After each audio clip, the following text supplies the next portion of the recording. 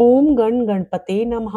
वक्रतुंड महाकाय सूर्यकोटि समप्रभा निर्विघ्नं कुरु मे देव सर्व कार्येषु सर्वदा। प्रेम से बोलिए श्री गणेश भगवान की जय।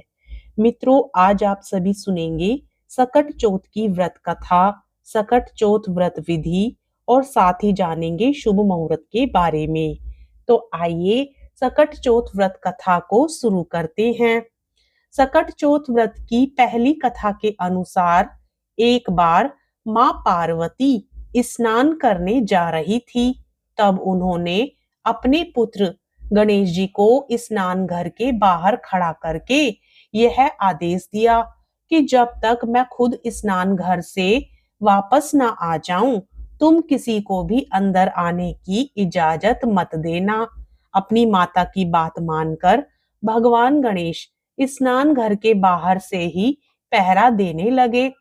ठीक उसी समय भगवान शिव मां पार्वती से मिलने आए, लेकिन क्योंकि मां पार्वती ने गणेश भगवान को पहरा देने का आदेश दिया था, इसलिए उन्होंने भगवान शिव जी को अंदर जाने से रोका। इस बात से शिव जी को बेहद क्रोध आया और उन्हें अपमानित भी महसूस हुआ। ऐसे में उन्होंने गुस्से में अपने त्रिशूल से भगवान गणेश पर प्रहार किया, जिससे उनकी गर्दन कट कर गिर गई।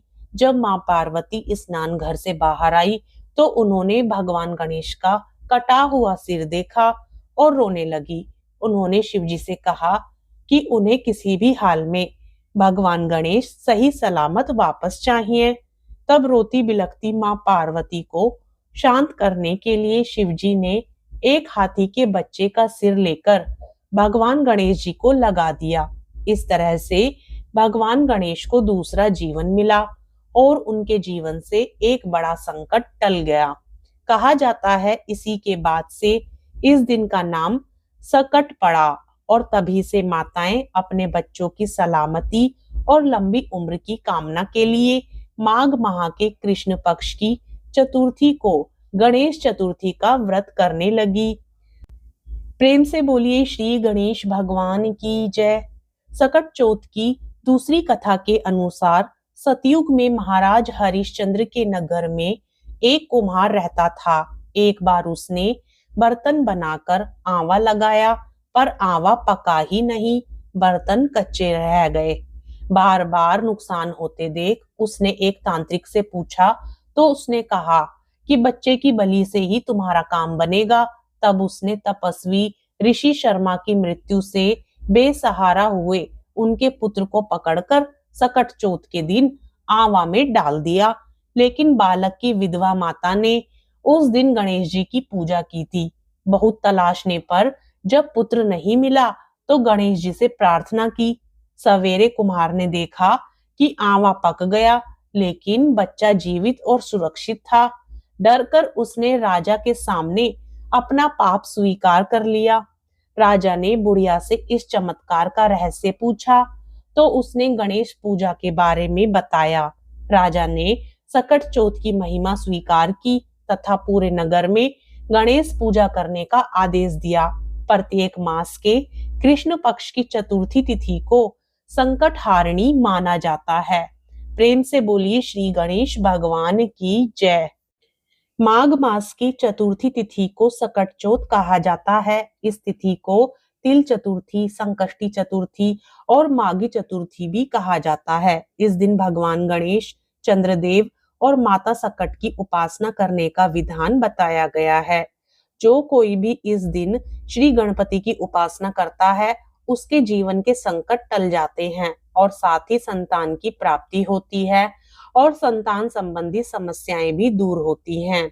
इस बार सकट चौथ का व्रत 17 जनवरी 2025 को रखा जाएगा। उदया तिथि के अनुसार सकट चौथ का व्रत इस बार 17 जनवरी 2025 दिन शुक्रवार को रखा जाएगा।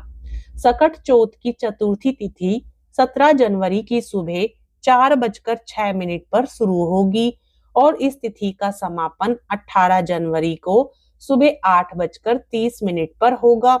सकट चौथ के पूजन के लिए पहला मुहूर्त सुबह 5:27 से 6:21 तक रहेगा और पूजा के लिए दूसरा मुहूर्त सुबह 8:34 से सुबह 9:53 तक होगा। साथ ही इस दिन चंद्रमा को अर्घ्य देने का समय रात 9:09 पर रहेगा। सकट चौथ के दिन भगवान गणेश के साथ साथ चंद्रदेव की भी पूजा का विधान बताया गया है। इस दिन व्रत रखने वाली महिलाओं को निर्जला व्रत करना होता है। इसके बाद रात में चंद्रमा के उदय होने के बाद महिलाएं चंद्रमा को अर्घ्य देती हैं और चंद्रमा की विधि विधान से पूजा करती हैं, चंद्रदेव के दर्शन करती हैं और चंद्रदेव और भगवान गणेश से बच्चों की लंबी आयु और उनके जीवन में कोई कष्ट ना होने का आशीर्वाद मांगती हैं। नियमानुसार इस दिन का व्रत दूध और शकरकंदी खाकर खोला जाता है। इसके बाद अगले दिन व्रत करने वाली महिलाएं अन्न ग्रहण कर सकती हैं। इस दिन की पूजा में गणेश मंत्र का जाप करना बेहद फलदायी बताया गया है। गणेश मंत्र का जाप करते हुए 21 दूर्वा भगवान गणेश को अर्पित करना भी बेहद शुभ होता है। कथा अच्छी लगी हो तो वीडियो को लाइक करके चैनल को जरूर सब्सक्राइब करें।